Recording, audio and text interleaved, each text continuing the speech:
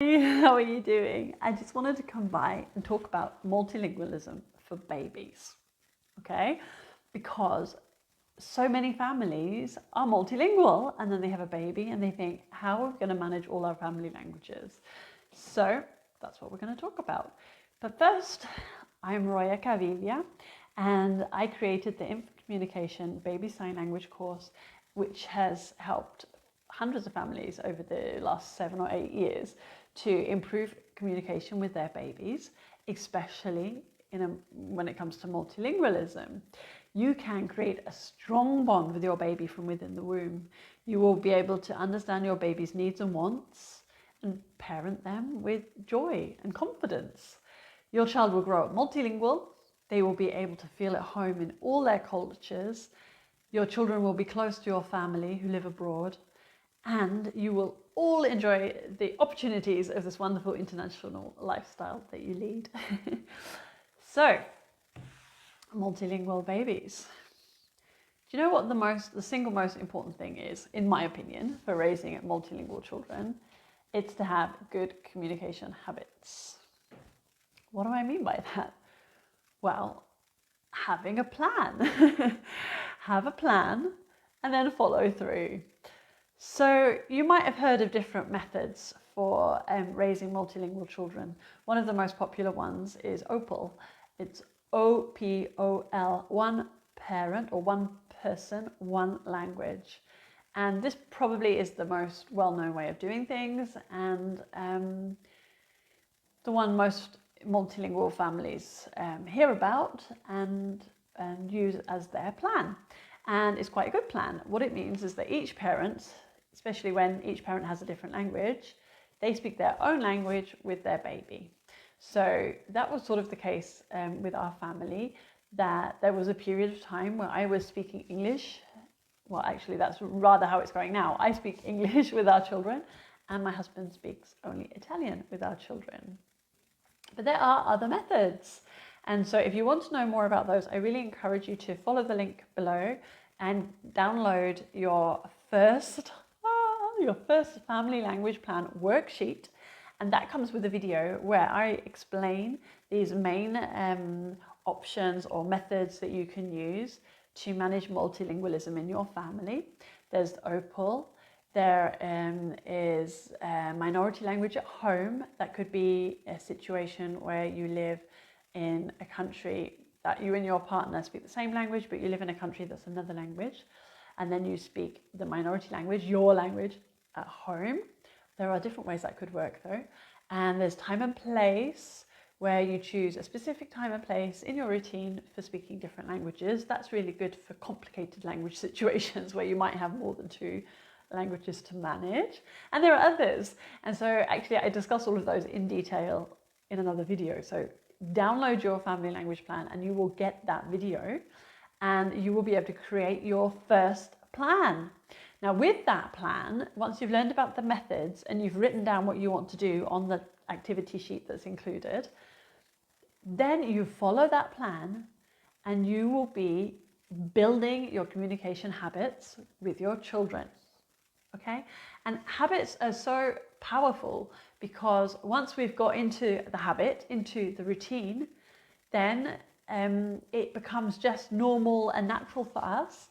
And then your children will be learning your language kind of effortlessly. Not completely effortlessly, there is some effort. It is important, but when your baby is a baby at the beginning, and you have this good plan and you have this good habit, it's not actually that difficult. It's just lovely.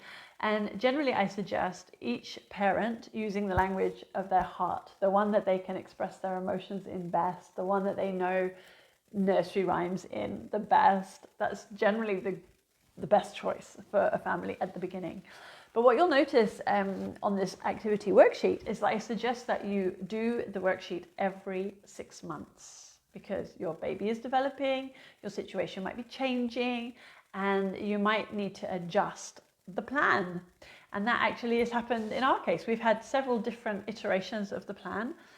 For example, you might be surprised to hear that although my first language is English, and I just told you to speak the language of your heart and your emotions to your child, I actually spoke mostly Italian for the first 2 years with my first baby.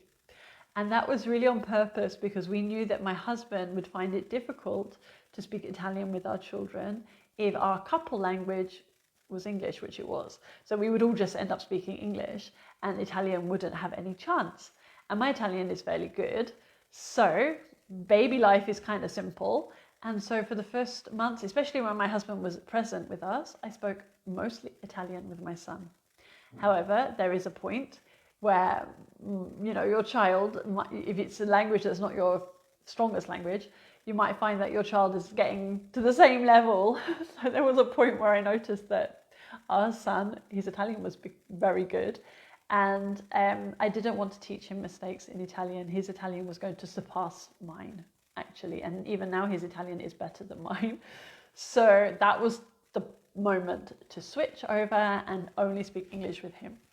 Now, of course, that doesn't mean that I didn't used to sing nursery rhymes in English to him, or, you know, tickle him and laugh with little English jokes together. Of course I did. When I was alone with him, I would often switch back to English. So, you know, you have to look at your family situation and what's going to work best for you and what your priorities are. And also the worksheet will help you decide which languages are the priority, which ones need more help, and which skills you will need to focus on, because it might be that, I don't know, you have 4 languages and the 4th language you don't mind if your child doesn't read and write in that language, but they must be able to speak to and understand the language to have relationships with family abroad, for example. So then you can decide, is speaking, reading really as important as, no, is reading and writing really as important as speaking and understanding, or whatever. So you will know your own individual family's goals. And that's why it's really important to make your own plan, so that your own family communication habits can be really good. So yeah, I'd really love to know what your family languages are. So I've talked about 2 of those, English and Italian, English from me, Italian from my husband. Our children were born in the Netherlands, and so we had to deal a lot with Dutch, and my eldest son, he went to school in the Netherlands for a few years. And my daughter did 2 years preschool in Dutch. And so that's all locked in there in their heads. We're not using it very much, unfortunately, right now, because there isn't a need. So that's another important thing. Do you have a need to use these languages? And if you want your child to maintain and use those languages, can you create a need? That's super important. And now we live in Switzerland. We've moved to Geneva last year. So we introduced French to our children last year. My daughter was 4 and my son was 7, and we are amazed by the ability of them just to pick up this 4th language, and it's going really, really well. So that's just very briefly our language history, but you can find out more about that in the video I mentioned before. I talk about our family language plan and what it is and was and how it's changed over the years. So I really encourage you to look at the link below, get your family language plan. You will find that with a plan, things will be just so much easier. I speak to a lot of families with around, 1.5-year-old, 2-year-olds who are beginning to speak and use sentences. And these families just sometimes feel like these mums come and say, I feel lost. I don't know how to manage the languages. It's a mess. We have 4 languages in our family, and I don't know what I'm doing. And so I don't want you to have that stress, okay? I want you to be able to be confident with your language decisions. Where we live in Switzerland, they have 3 national languages actually. So it's very common to have families with 3 or 4 languages if you include English. In Switzerland, they speak German, French, and Italian as official languages. They also have the official language Romansh, and then English is widely used. So you can see in this small country, we have 5 languages swimming around, how it could be challenging for some families who have not made a plan. Please make a plan. And something I want to touch on is that baby sign language baby sign language was just amazing in supporting the communication of our son, and by focusing on his communication from birth, looking for his body language and learning about that, and then introducing signs as well, we noticed that it helped a lot it supported his natural language development that was, happening in his fantastic brain.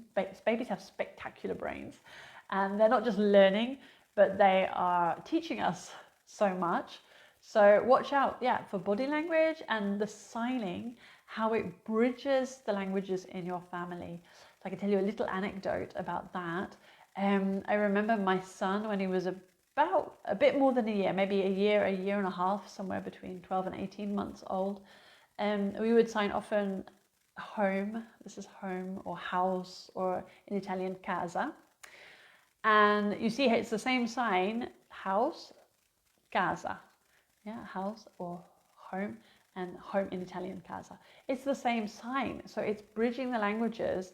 And my son would use that in the supermarket. We're going around with, I'm pushing him in the trolley, and he's fed up of being in the supermarket, so he would sign, wanted to go home.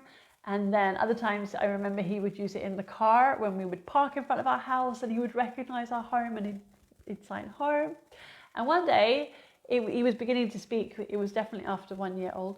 He said, he looked at the sign home, and he said home, and then he went, casa. And you could see he made the connection. It was amazing. And so the signs, they bridge the languages. You can make this connection. It's the same sign for all the languages that your family uses. But it's also really interesting to note how our children and children that have been signing, multilingual children that have been signing, drilling.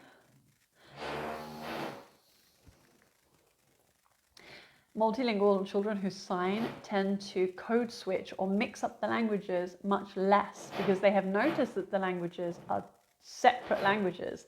Same sign, different words. Isn't that interesting? It's amazing.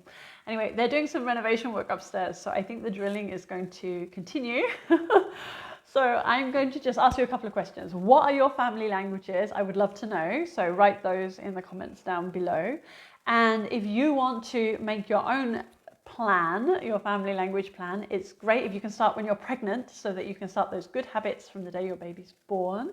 But if your baby is still, is here, congratulations on your baby, your new baby. You can still make your plan. It's not too late. All you have to do is click the link below, and you can download the plan and get started. And always shoot me a question, PM, anything, if you have questions about the activity worksheet that you get. And don't forget to subscribe and hit the bell. Ding, ding, ding. Usually new videos come out on Mondays, so look out for those.